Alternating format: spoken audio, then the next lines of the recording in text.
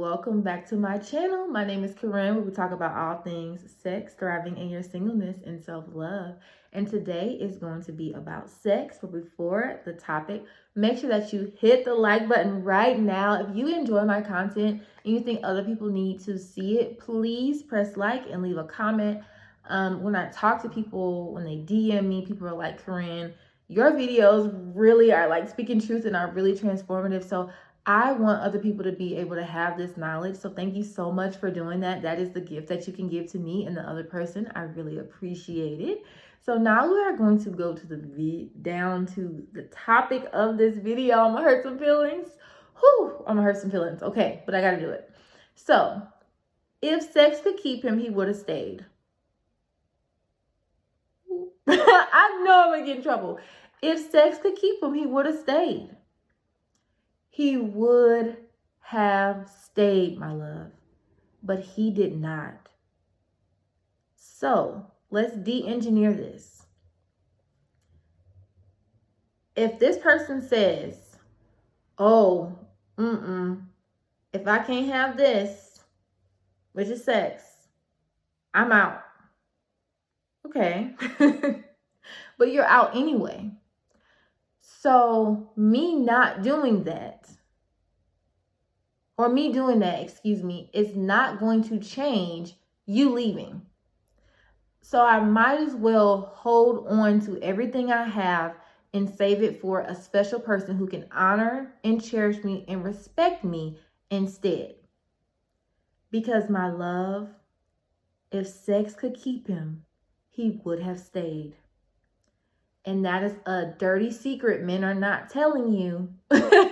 They make me sound crazy, and they make other people who tell you to wait sound crazy.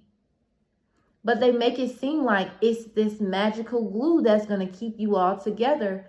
Untrue. I got to say it one more time. If sex could keep him, he would have stayed. But he did not. So it's not about the sex, right? They may tell you it's a big part of it. And do men have, these sex drives and like really want sex? Absolutely. Do you need to be the outlet for that? No, ma'am. For a man who, randomly calls you his girlfriend and y'all go out on a couple of dates, does he deserve your life force, vitality, energy? No, ma'am. He was also engaging with you while he was engaging with other people.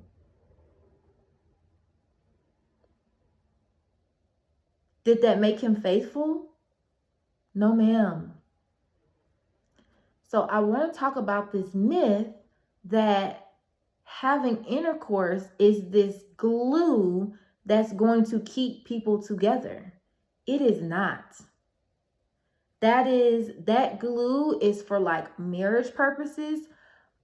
Marriage for the safety of you, your mental state and your emotional state. I am just asking you to consider marriage or engagement. I'm just asking.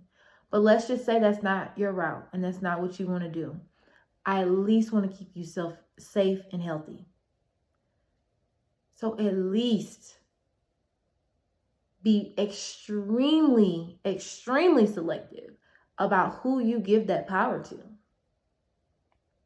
Think about it, because people are telling you, oh, you gotta have it in order to keep a man. You gotta have it in order to do this. And it's like, okay, well, that did not keep the man. So why did I give it away? It's like, so why did I give it away? I mean, honestly, I'm very confused and I'm so baffled by this reasoning, and that they tell society in general is telling women, in order to get a man to like you and in order to keep a man, you have to be active with him.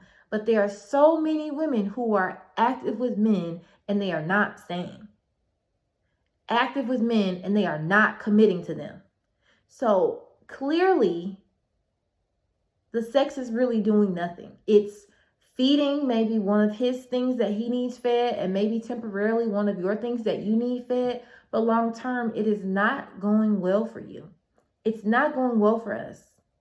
It is not going well for women out here in the dating pool and just giving ourselves to man after man after man after man, and then wondering, why do I feel depleted and depleted and depleted and depleted and depleted? And it's like you are pouring out all of your resources to these men who are unproven and who have hoodwinked you, honestly, swindled, swindled you out of your power. And I know that's a tough pill to swallow, but somebody has to say that if the sex could keep him, my love, he would have stayed. But he did not. He did not. And even so much so, a lot of people are talking about toxic relationships. You were giving your life force energy to someone who you were in a toxic relationship with. So it was even toxic. It was so unhealthy. And yet people really want to hold on to this broken way of engaging and finding a mate. It is not working for us, ladies. It is not working for us. It's not keeping him. It's not keeping him faithful. It's not keeping him around. It's not making him text you. It's not making him go out of his way to help you fix your car. It's doing none of that. It is doing absolutely none of that. And I know of a woman who is been with major players. Like, I mean, huge. If I said their names, you would know who they are. And she is known for, I mean, literally known for the way that she uses her body. And do you know what? The men that she's with heavily disrespect her. I'm talking cheating. I'm talking abuse, mental, emotional, physical. So even the best of the best, right? Even the best of the best, it's not working. She may have the money, she may have the status, she may have the house, but what good is that? What good is that if the man you're with does not love you and honor you and cherish you and love you and support you and is kind to you and who cares about the well-being of you and who cares about the well-being of your children? What good is it? What good is it for a man to gain the whole world and lose his soul? It's not good.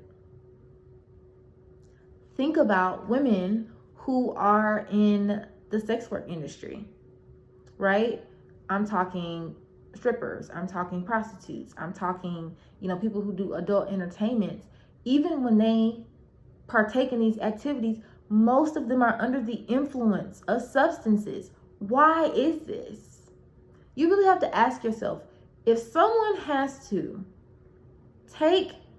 literally be out of their mind in order to perform their job,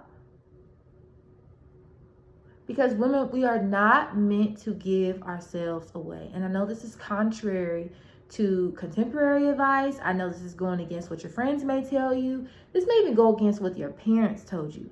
But you really have to start connecting the dots and understanding, wait a minute. This is not how this is supposed to be going. It's not working well. You have to be these people literally have to take pills. They have to smoke. They have to drink just to get through it.